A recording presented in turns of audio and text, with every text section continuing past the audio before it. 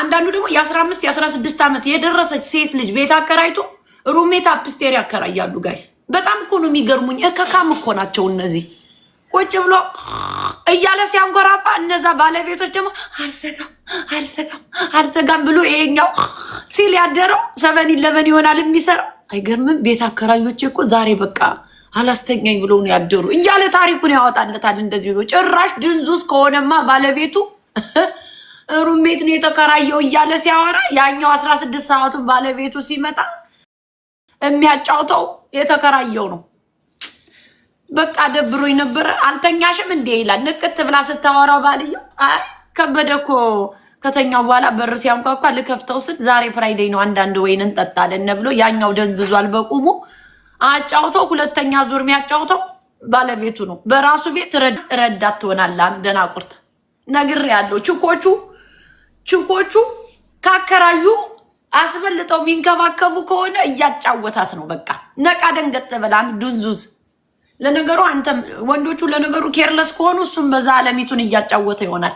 አይታወቅም እኮ ዘንድሮ ቤታቸው ውስጥ ነው ቶሚና ጀሪ የሚሆኑት እኮ ራሳቸው ላይ ህይወታቸው ላይ አሜሪካ ያለ ዲያስፖራ ልጋጋም ሁሉ ሞጣ እውነቱን ነው። ዘበኛው ነው የሚያጫውቱ ብሏል።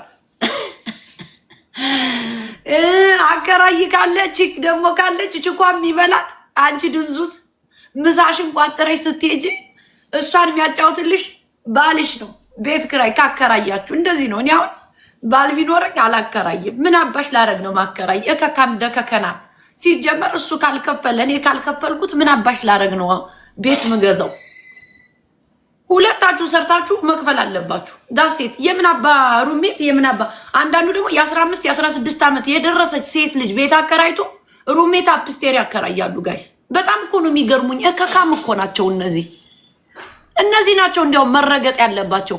ቲኒጀር የደረሰች ህፃን ልጅ አስቀምጠው ነገ እግዚአብሔር ይጠብቅ እንጂ ልጆችን ወንድ ልጅ ሊሳሳት ይችላል። የዘንድሮ የ15 የ16 ዓመት ልጆች የደረሱ ናቸው። ባዲያቸው ራሱ በቃ እንደዚህ 35-30 ነው የሚመስሉ የሚያማምር ሰውነት ነው ያላቸው። ወንዱ ቢሳሳት ተሳሳተ ልትል ነው። የአባትነት ኃላፊነት የእናትነት ኃላፊነትን ሳትወስዱ ቁጭ ብለህ እከካም ለገንዘብ ቤትን እያከራየ የደረሰች ልጅ ይዘህ ማለት ነው። እከካም በኋላ ማና ባብሮ ሊያለቅስ ነው። ከመጀመሪያው ለገንዘብ ቦታ አትስጡ።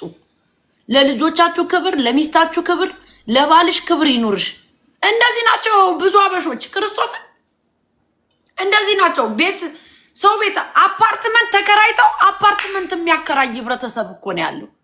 አፓርትመንት ተከራይተው ኦኬ ሲንግል የሆኑ ወንዶቹ ምናምን ያከራዩ ፍሬንድ ሆነው እዛው አብረው ስለሚኖሩ ምናምን ችግር የለውም። ባለ ትዳሩ ናችሁ ግን አፓርትመንት ተከራይተ የአፓርትመንት መክፈያ የሌለህ እከካ። ከዛ ደግሞ አፓርትመንት ያከራያሉ አንድ ሩም ባዶ ከሆነ አከራይተው የደረሱ ህፃናት ልጆች አላቸው። ሚስቶቻቸውን ክብር የሌለ እከካ ከኔ ጋር ቁጭ ብለ የማውራት ሴትም ሆነሽ እከካም ነሽ። ያሽ ወንድ በቂ አይደለም ቤት ክራይ ለመክፈል። ባላለኝ ብለሽ አታውሪ ከኔ ከማሜ ጋር እንዴ ጥንባታም። እንደዚህ አይነት ህይወት ነው የምኖረው እኔ ብቻዬን። ልጋጃም ልጅ ማን አባቱ ነው እኔን መናገር የሚችል? ደግሞ ፈሳም ናችሁ እናንተ። እኔ እንደፈስ ነው የምቆጥራችሁ። ህይወታችሁን አስተካክሉ መጀመሪያ ስለኔ ከማውራት።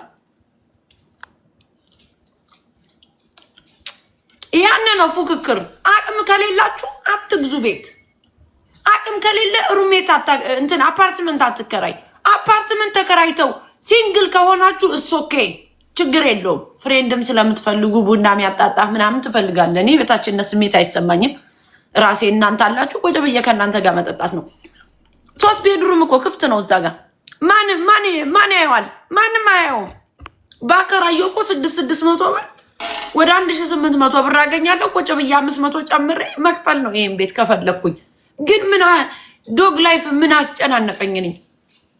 እዛ አንድ ፍሪጅ ለሁለት እየተጠቀምና ግማሹ ሙዚ አንቺ ነው ወይስ ወተቱ የኔ ነው ልንባል ነው። እንቅልፌን ከተኛው በኋላ የሆነ አንድ ዘርጋምባው ሰው አስገባለሁ ኳኳ አርጎ መኝታ ቤት እቃ ጠጋ ለማንሳት ነው አሉ። በሌሊት ይመጣና ወተት ፈልጌ ነበር ወተቱ ያንቺ ነው የኔ ነው ይላል። ከእንቅልፍ ቀስቅሶ እኮ ነው እቃ ለማንሳት ሲፈልግ።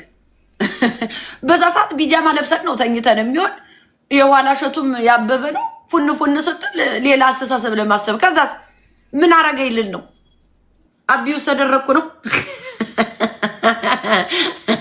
ተጣሩ ጌታ ቤት በላሽ ቀር ብሏል። ራስ ገብተህ እንዲያንኳኳ ፈቅደህለት ወተቱ ያንቺ ነው ይላል። በስካር መንፈስ መጥቶ ወተት እኮ የሚጠጣበት ሰዓት የለም። ወተትኛ በሾች ምስኪን ዝም ብለህ ቀርተህ መጠጣት ነው። ኳኳኳኳኳ ያደረግና አይ ወተት ፈልጌ ነበር ወተቱ ያንቺ ነው ይልሻል። በሌሊት መጥቶ ወይም ልወጣ ነበር በሩን ዝጊው ይልሻል መጥቶ። እንደዛ ነው በቃ። እና እንደዚህ አይነት ቤት ውስጥ እየኖራችሁ አፓርትመንት ተከራይተህ ሩሜት አከራይተህ ትዳር ይዘህ ልጅ ይዘህ ባል አይደለም በቂ አይደለም ባል ተብለህ ለመጠራት ቤት ገዝተህ ቤቱን ሸንሽነህ የምታከራይ ባል አይደለም ያሹ። እሱ ራሱ አብሮሽ ሩሜት ነው፣ አኗኗሪሽ ነው እሱ። በቃ ወንድ ልጅ ቤት ከገዛ ቀጥ ለበጥ አድርጎ ልጆቹን ማሳደግ አለበት፣ ሚስቱን ማስከበር አለበት። ቤት ውስጥ ሚስቱና እሱ 50-50 እየሰሩ ሚስት ወጣ ሰርታ ብትመጣ ይሻላል። ምን የመሰለ ወንበዴ ከማስቀመጥ አሊያ አጋዥ አለ ፊውቸር የሚገባ ማለት ነው። ፊውቸሪንግ የሚያጫውትልህ አንተ ስትወጣ ጓደኛ ነው ቤት ውስጥ ያለ። እኔ ብዙ የባላችሁን ጓደኛ የምታደንቁ ችኮች አትመቹኝም። ወይ ከባልሽ በፊት በልተሽዋል ወይ ደግሞ እየበላሹ ነው። የሆነ ሰዓት አየር እያያሽበት ነው። እንዴት ሰው አይዋደድም እንዴ? በሪስፔክት የምትያለሽ ሌባ ነሽ። ከኔ በላይ ወንበዴ የለም። ሌባ ናችሁ። ልትበሉ ስትሉ ይታወቅባችኋል። እንትና ባለውለታዬ ነው ትላለች እንደዚህ ብላ። ውለት አለብኝ መች እሱ ዝም ይላል? እየደጋገመ ምስጋና ያቀርባል ነው። ልትበሉ ስትሉ የባላችሁን ጓደኛ ልትበሉ ስትሉ ባለውለታዬ። እኔ ሴት ልጅ ከባሏ በላይ ጓደኛ አትሆንም። ባውንደር ያለው ሁሉም ነገር እንዴ ቀይ መስመር የሚባል ነገር አለ። ሴት ልጅ እልፍ ያለ የባልሽ ጓደኛ ለባልሽ ነው ጓደኛ እንጂ ላንቺ አይደለም።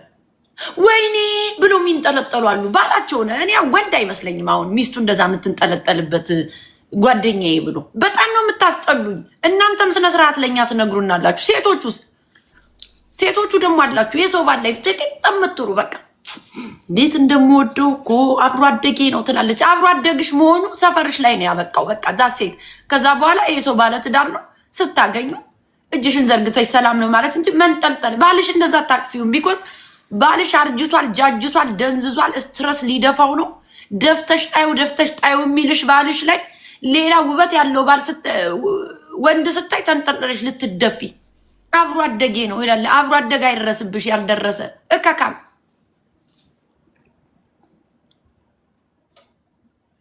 የስ እንደዛ ናቸው ሞስ። እኔ አልወድም። እኔ በነበርኩበት ሰዓት ጓደኛውን ሃይም አልል እንኳን ልንጠለጠል ሃይም አልልም። እኔ እንዴ ከገዛ ጓደኛቸው ጋር የምተኙ እኮ ነው ያላችሁ ዲስሪስፔክት የምትደራረጉ። ከዛ ስነ ስርዓት ደግሞ ሊነግሩን ይፈልጋሉ እኮ ለኛ። እከካም መጀመሪያ አክብሩ ባላችሁን። ለኛ ከምትነግሩን ክብር። ሃይም ባይም ብዬ አላቅኝ። ጉረኛ ናት ይላሉ። ጉረኝነት ሳይሆን እልፍ ያለ እኔ አልሄድም፣ መሄድ አልፈልግም። መላለው እስቲ አንድ ሙዚቃ እንስማና ልጆቼን ማንሳት አለብኝ። መልካም ቀን ፍራይዴ።